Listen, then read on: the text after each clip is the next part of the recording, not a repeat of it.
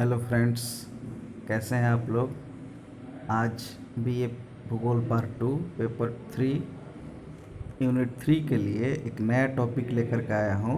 भारत में सूती वस्त्र उद्योग के विभिन्न कारकों की चर्चा करें, ऐसा प्रश्न परीक्षा में आता है, तो उसका उत्तर भी मैं आप लोगों को इसमें लिख दिया हूँ। भारत का यह प्राचीन उद्योग है। पहले एक कुटीर उद्योग के रूप में था, मतलब कि घर में ही कपड़े बनाए जाते थे। पूरे विश्व में भारत के सूती कपड़ों का बड़ा ही महत्व था। आपको पता ही है कि यहाँ के मलमल, यहाँ के छींट, कैलिको इत्यादि काफ़ी प्रसिद्ध थे। भारत में सूती वस्त्र उद्योग विभिन्न कारणों के कारण विकास कर पाया है।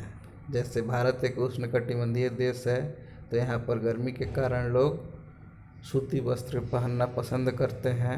भारत में पारंपरिक तौर पर भी सूती वस्त्र का उत्पादन करना, यहाँ पीढ़ी दर पीढ़ी लोग ये काम करते चले आ रहे हैं, और यहाँ प्रचुर मात्रा में कपास की खेती भी होती थी।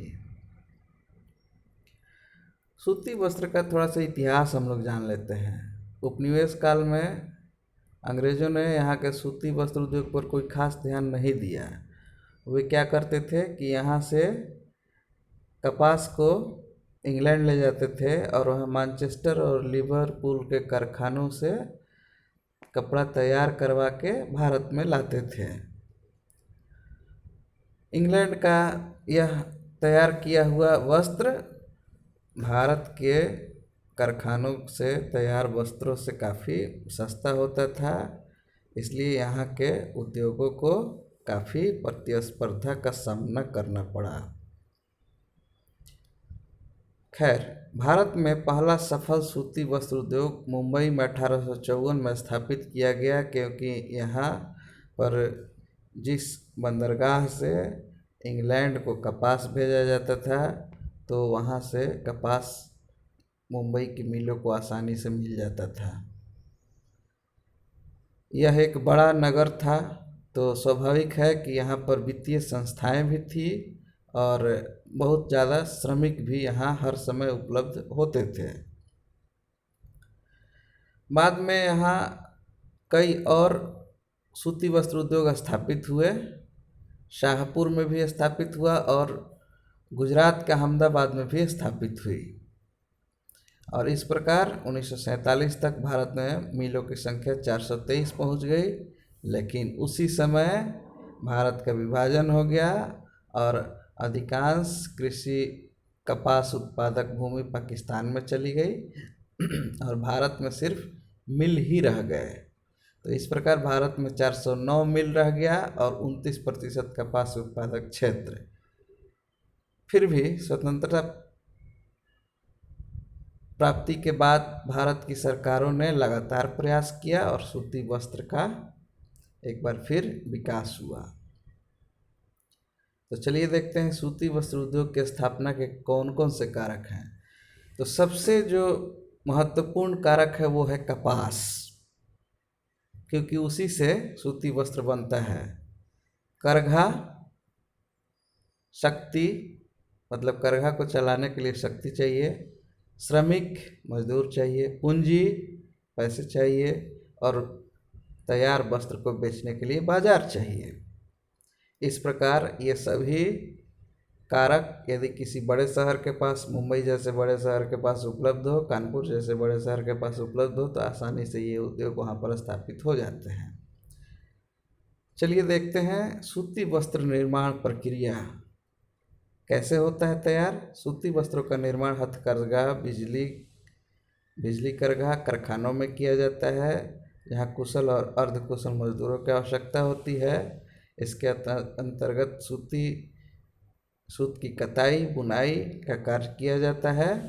हालांकि बिजली मिलों में मजदूर की भी कम आवश्यकता होती है और उत्पादन भी अधिक होता है।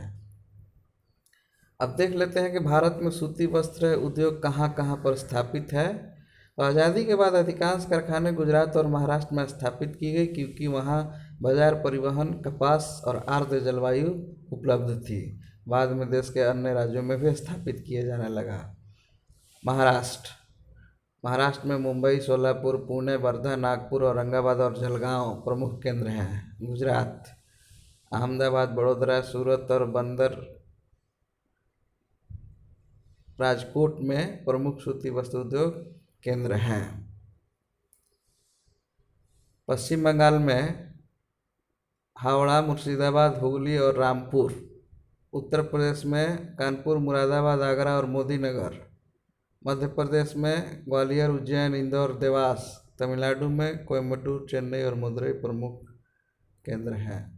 इस प्रकार भारत में प्रमुख केंद्र हैं श्रीनगर, अमृतसर, मोदीनगर, दिल्ली, ग्वालियर, कानपुर, वाराणसी, मुर्शिदाबाद, कोलकाता, अहमदाबाद, इंदौर, नागपुर, जामनगर, सूरत, मुंबई, सोलापुर, बंगलुरु, मैसूरू, चेन्नई, कांचीपुरम, तंजौर और कोयम्बटूर इत्यादि।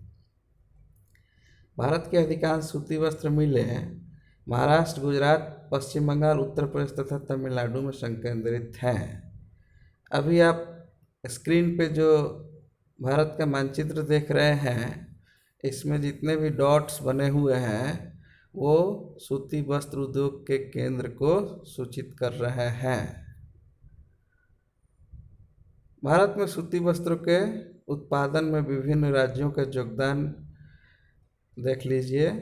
महाराष्ट्र में 40%, गुजरात में 35%, तमिलनाडु में 7% और बाकी अन्य राज्यों में 18% है।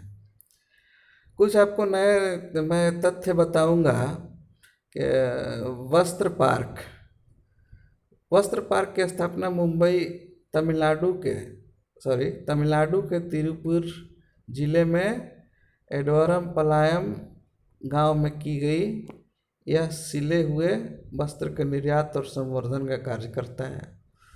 मुंबई को सूती वस्त्रों की राजधानी या सूती वस्त्रों की महानगरी या कॉटनोपोलिस ऑफ इंडिया कहा जाता है, क्योंकि यहाँ समस्त भारत का लगभग 1/4 सूती वस्त्र तैयार किया जाता है।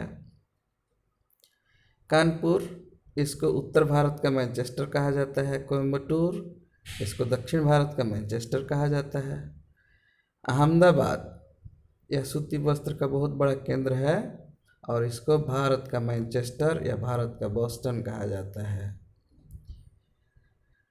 भारत की सूती वस्त्र उद्योगों को कई समस्याओं को भी सामना करना पड़ता है।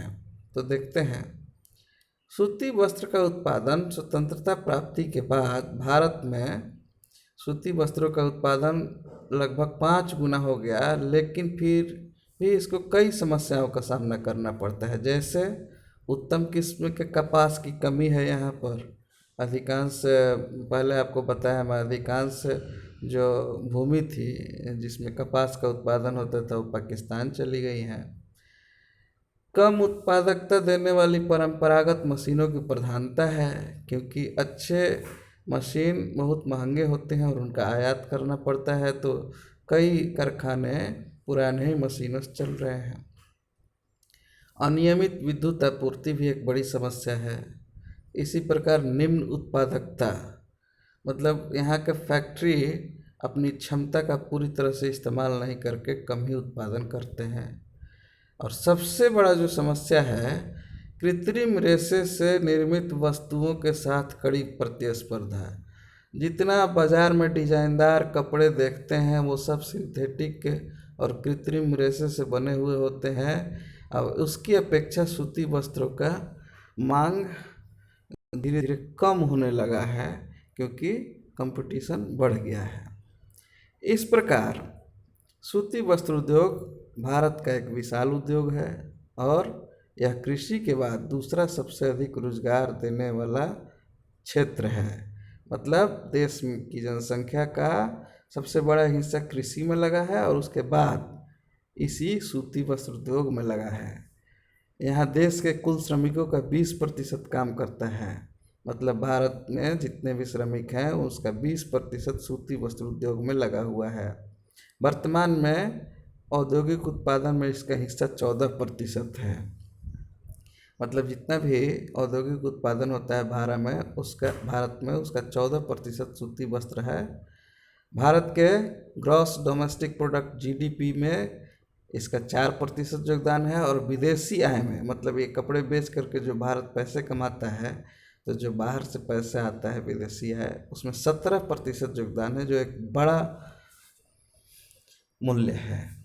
सूती वस्त्र उद्योग पर विशेष ध्यान देने की ज़रूरत है, क्योंकि यह उत्पादन के मामले में विश्व का दूसरा सबसे बड़ा देश है और इसको प्रथम स्थान पर आने के लिए बहुत अधिक मेहनत की ज़रूरत है।